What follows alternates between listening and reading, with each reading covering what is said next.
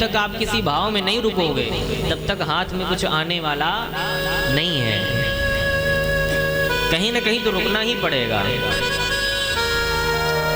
एक बार एक आदमी बाजार जा रहा था। कहाँ? बाजार जा रहा था। तो जैसे ही घर से वो निकला तो उसकी पत्नी ने कहा, कहाँ जा रहे हो? उस व्यक्ति ने कहा कि भाग्यवान मैं बाजार जा रहा हूँ। अच्छा, बाजार जा रहे हो? हाँ। थोड़ा संभल करके जाना और संभल करके बाजार में वस्तु खरीदना। क्यों, क्या हो गया? अरे आजकल बाजार में बहुत सारे लुटेरे बैठे हैं। क्या? बहुत सारे लुटेरे बैठे हैं। अच्छा, वो निकला, बाजार में पहुंचा। बरसात का समय था और अभी दुकानदार अपनी दुकानें खोल ही रहे थे। बरसात का समय था तो उसको एक छाता पसंद आ गया। क्या? एक छाता पसंद आ गया। उसने सोचा कि बरसात का समय है, एक छाता लेकर के चलते हैं। दुकान वाले से उसने बोला कि भैया ये छाता कितने का दे रहे हो? तो दुकान वाले ने कहा कि ये छाता हम 20 रुपया का दे रहे हैं। कितने का? 20 रुपया का। अब जैसे उसने सुना, दुकानदार ने बोला कि ये छाता हम 20 रुपए में दे रहे हैं, तो उसको अपनी पत्नी की बात याद आ गई कि पत्नी ने बोला था कि बाजार में बहुत लुटेरे बैठे। तो उसने मन में सोचा कि कहीं ये मुझको लूट तो नहीं रहा है। उसने सोचा ये 20 बोल रहा है। उसने कहा कि मैं तो 18 दूंगा, अगर देना हो तो बताओ। दुकानदार ने सोचा कि लग रहा है कि बोनी का समय है, वापस कैसे करूं। उसने कहा कि चलो ठीक है, 19 रुपए दे दो और छाता ले जाओ। और जैसे उस व्यक्ति ने सुना कि दुकानदार ने 19 रुपए कहा, वैसे उसने बोला कि अब तो हम 15 रुपया देंगे, अगर देना हो तो बताओ। और जैसे क्या कहते हैं कि दुकानदार ने सुना कि 15 रुपए बोल रहा है ग्राहक, तो दुकानदार ने सोचा कि लग रहा है आज ग्राहक नहीं, आज तो कोई अच्छा खासा आकर के मिला है, हैं? उसने कहा कि 15 रुपए में देना हो तो बताओ। तो दुकानदार ने कहा कि चलो ठीक है भैया, आज बोहनी का समय है, तुमसे अब फायदा और मुनाफा हम क्या लें, तुम तो 18 रुपया दो और छाता ले जाओ। और उसने जैसे सुना कि क्या कहते हैं कि 18 रुपया बोल रहा है, तो उसने बोला कि अब तो हम 12 रुपया देंगे, अगर देना हो तो बताओ।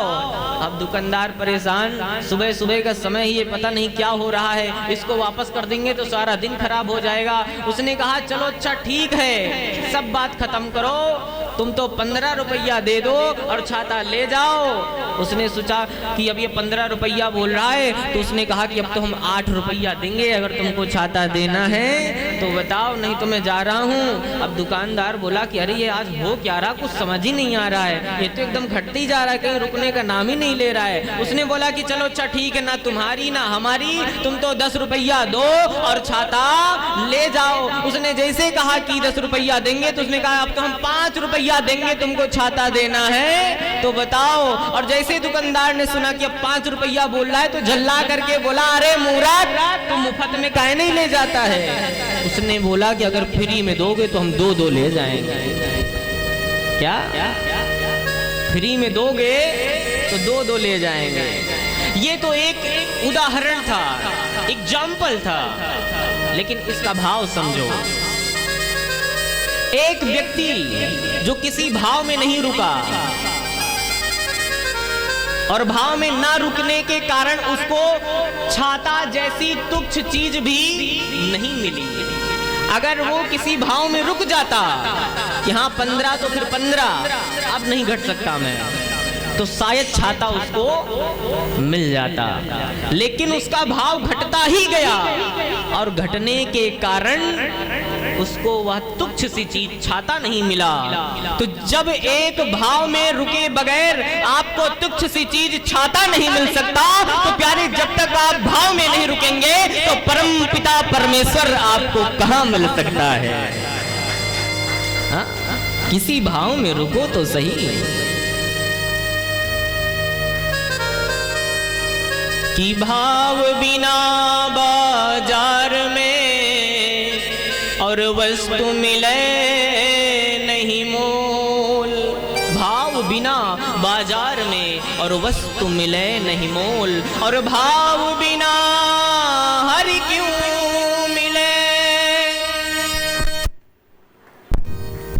बगैर भाव के हरि कैसे मिल सकता है कि भाव बिना हरि क्यों मिले, इसीलिए भाव सहित हरि बोल। भाव में जब आप रुकोगे तभी परमात्मा मिलेगा। जब तक भाव में नहीं रुकोगे तब तक परमात्मा मिलने वाला नहीं है। जो स्थिति उस ग्राहक की हुई ना, दुकानदार ने झल्ला करके डांट करके भगा दिया, वही स्थिति उस व्यक्ति की हो जाएगी जिसके हृदय में अभी कोई भाव, कोई भाव प्रकट करो और उसी भाव पर रुके रहो।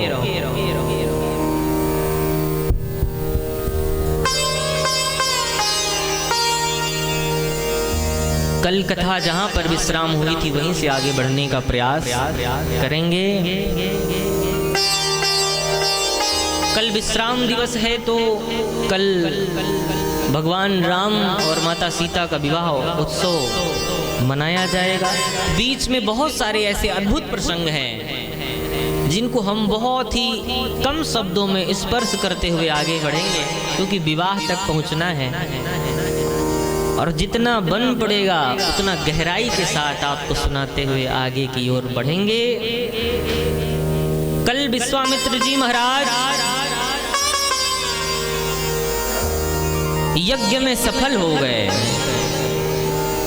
उनका यज्ञ पूर्ण हो गया। राम जी ने कहा कि गुरुदेव अब तो आपका यज्ञ पूरा हो गया है, अब आप हमको हमारे घर अयोध्या भिजवा दीजिए। तो गुरुदेव ने कहा कि राम अभी एक यज्ञ और बाकी है। क्या? अभी एक यज्ञ और बाकी है और मुझे मालूम है कि मेरा यज्ञ आपके कारण पूर्ण हुआ है, तो जनक जी का भी यज्ञ आपके कारण ही पूरा होगा। कौन सा यज्ञ है? कि धनुष यज्ञ सुनी, धनुष यज्ञ सुनी रघुकुल नाथ, हरसी चले मुनिवर के साथ, हरसी चले मुनिवर के साथ, हरसी चले मुनिवर के साथ।